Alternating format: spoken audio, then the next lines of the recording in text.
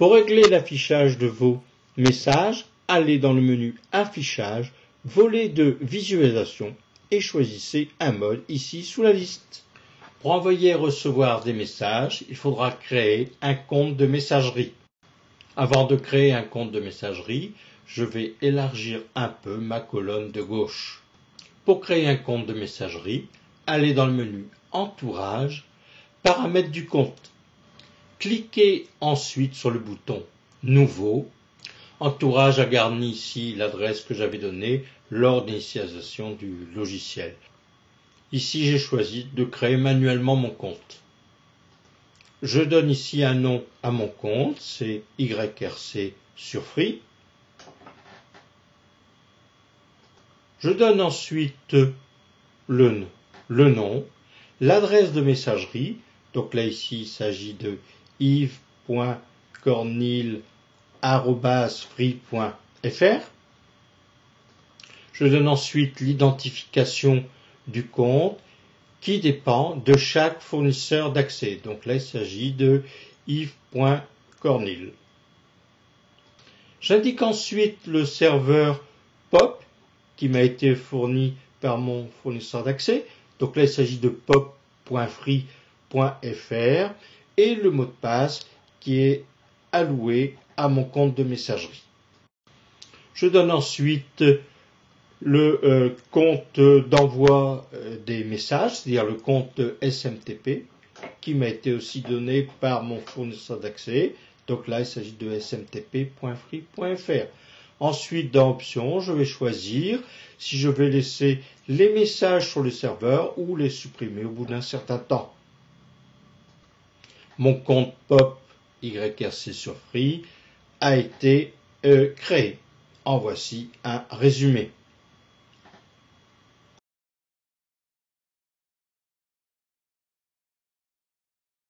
Il est possible de créer plusieurs comptes de messagerie sur des fournisseurs d'accès différents. Donc là, je vais toujours dans Entourage, Paramètres du compte, Ajouter, Messagerie. Là, il s'agit d'un serveur POP. Bon, là, je vais compléter avec mes différents identifiants. Donc là, il s'agit de yves@cornil.com sur un compte Proxad. Vous voyez que l'identification est différente. Donc, je donne un nom à mon compte, c'est yves.com. Je vais donner aussi quelques options. Bon, là aussi, je vais choisir de laisser les messages sur le serveur. Attention au réglage du serveur SMTP si vous avez plusieurs fournisseurs d'accès.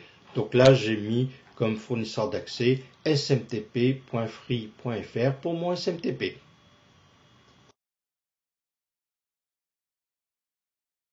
Pour envoyer et recevoir des messages, allez dans le menu Outils, Envoyer et recevoir. Donc là, ici, je vais faire Envoyer et recevoir tout. Les messages vont se ranger derrière le message de bienvenue de Microsoft Entourage. Les messages vont être classés par date. Donc là, ici, à mercredi, il y a 20 messages. En plus de vos correspondants habituels, vous recevrez des messages indésirables.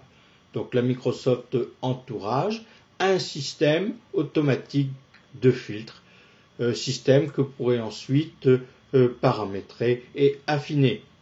Donc là, au tout début, on a choisi une protection faible.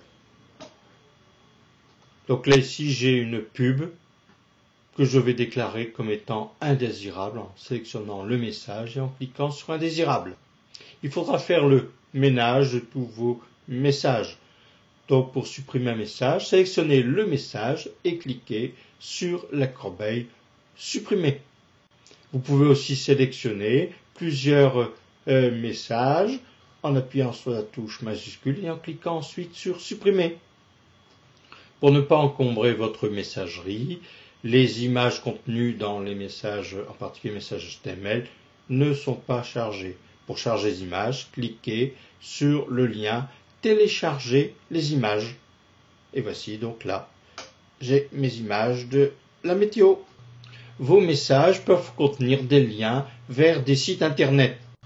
Ici, Yves Cornil m'informe que Microcam06 a mis en ligne une nouvelle initiation sur macOS 10 Léopard. Donc je vais dans la page et là je vais aller voir un petit film.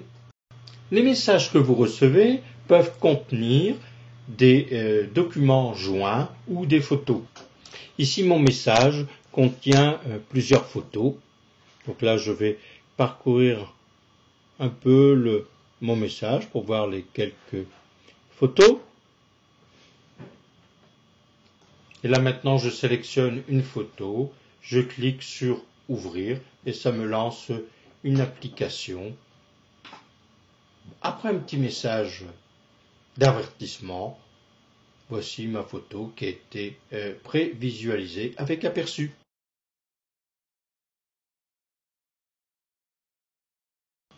Le fichier qui est joint à ce message est ici un document Word. Donc là je sélectionne, je fais ouvrir. Après un petit message d'intention me demandant si vraiment je veux ouvrir. Et voici mon document Word qui est ouvert.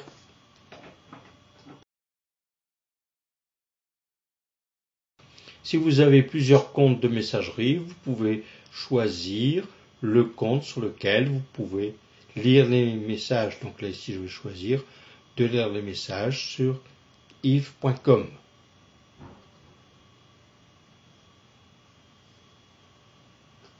Nous allons anticiper maintenant ce que nous verrons un peu plus tard sur la gestion du carnet d'adresses. Le carnet d'adresses contient les adresses de vos interlocuteurs. Lorsque vous recevez un message, il est possible d'ajouter l'adresse de l'expéditeur à votre carnet d'adresses. Donc là, il s'agit de Microcam, dont l'adresse est microcam@wanadoo, et je vais donner un nom pour le travail. Donc là, ici, il s'agit de M35. Cela pourra m'être utile pour créer des groupes de travail. Donc ensuite, enregistrer les modifications. Et puis, systématiquement, lorsqu'il y a une modification, je demande à l'entourage d'enregistrer les modifications. Voici le contenu actuel du carnet d'adresses. J'ai 4 adresses. Donc il est possible que votre interlocuteur ait plusieurs adresses de messagerie différentes. Donc là, c'est le cas. Donc je vais ajouter à David Cornil sa nouvelle adresse. Lorsque vous recevez un message, il est de bon ton, sauf s'il s'agit d'un message indésirable, de répondre à ce message. Pour répondre à un message, sélectionnez le message et cliquez sur le bouton « Répondre ». Le message auquel vous répondez contient le destinataire, c'est-à-dire la personne qui vous a envoyé le message. Éventuellement, vous pouvez envoyer une copie par CC. Vous avez dans le bas éventuellement le message initial. Vous tapez ensuite le texte de la réponse et enfin, vous cliquez sur le bouton « Envoyer ». Vous pouvez retrouver la réponse à un message.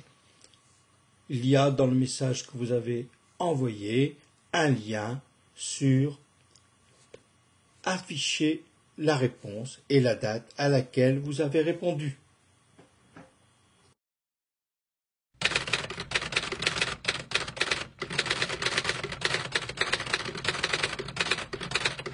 Pour rédiger un nouveau message, cliquez sur le bouton « Nouveau ».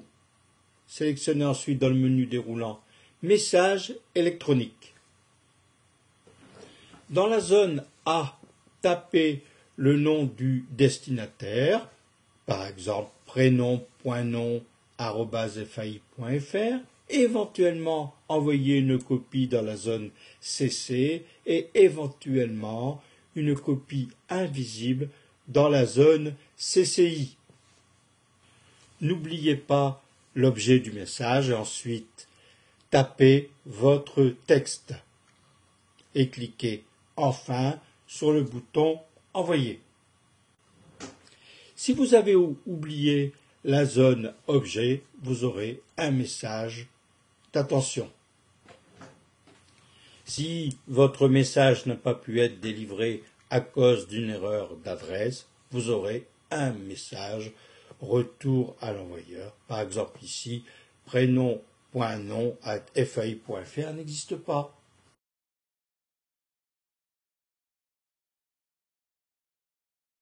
Quand vous recevez un message qui est destiné à plusieurs personnes, vous pouvez aussi répondre à tous les destinataires du message, soit dans la zone A, soit dans la zone copie. Mais évidemment, pas dans la zone CCI, puisque les adresses sont invisibles. Cliquez sur le bouton Répondre à tous et composez votre message.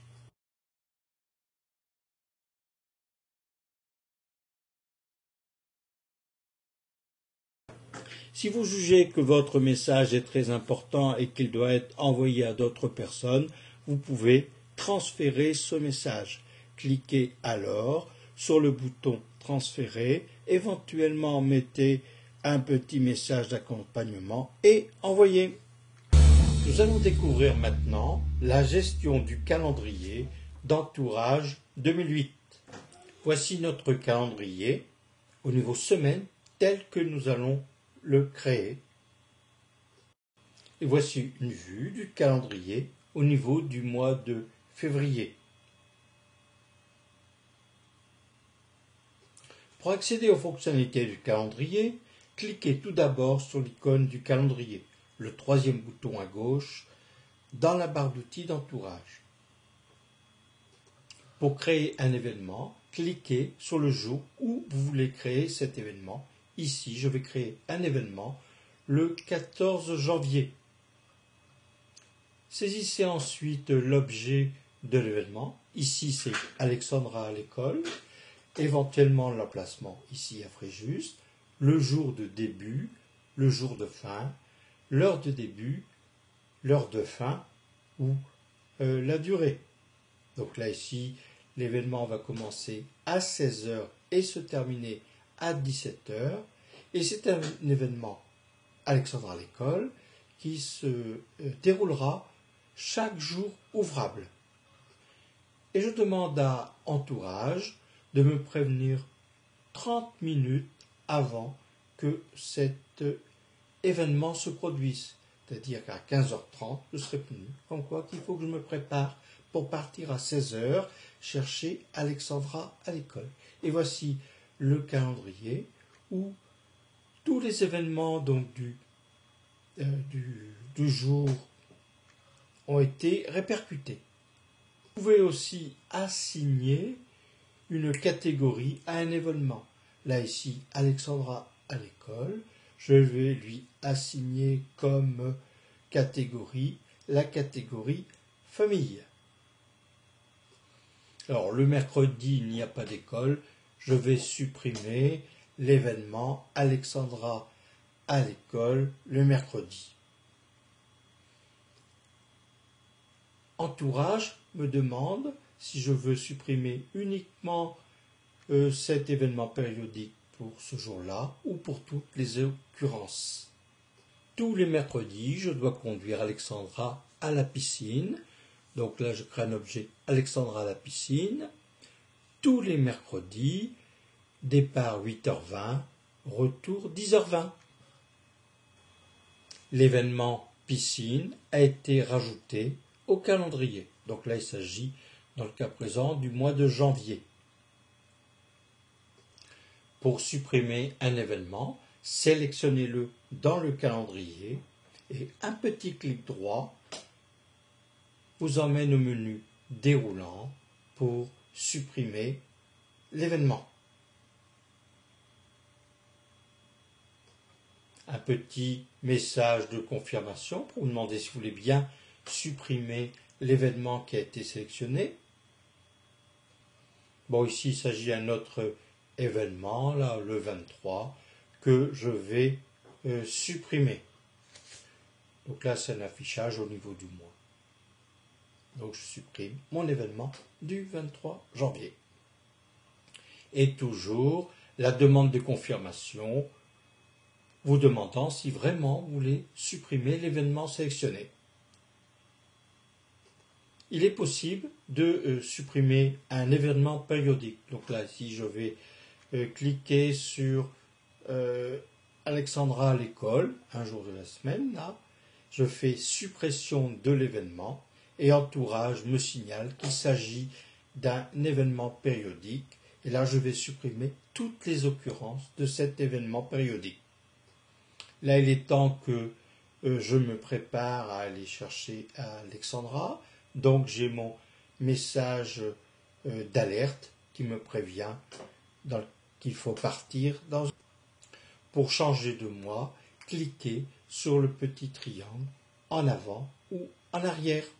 Donc là, ici, je clique sur le petit triangle qui est devant janvier 2008 pour me retrouver en février 2008.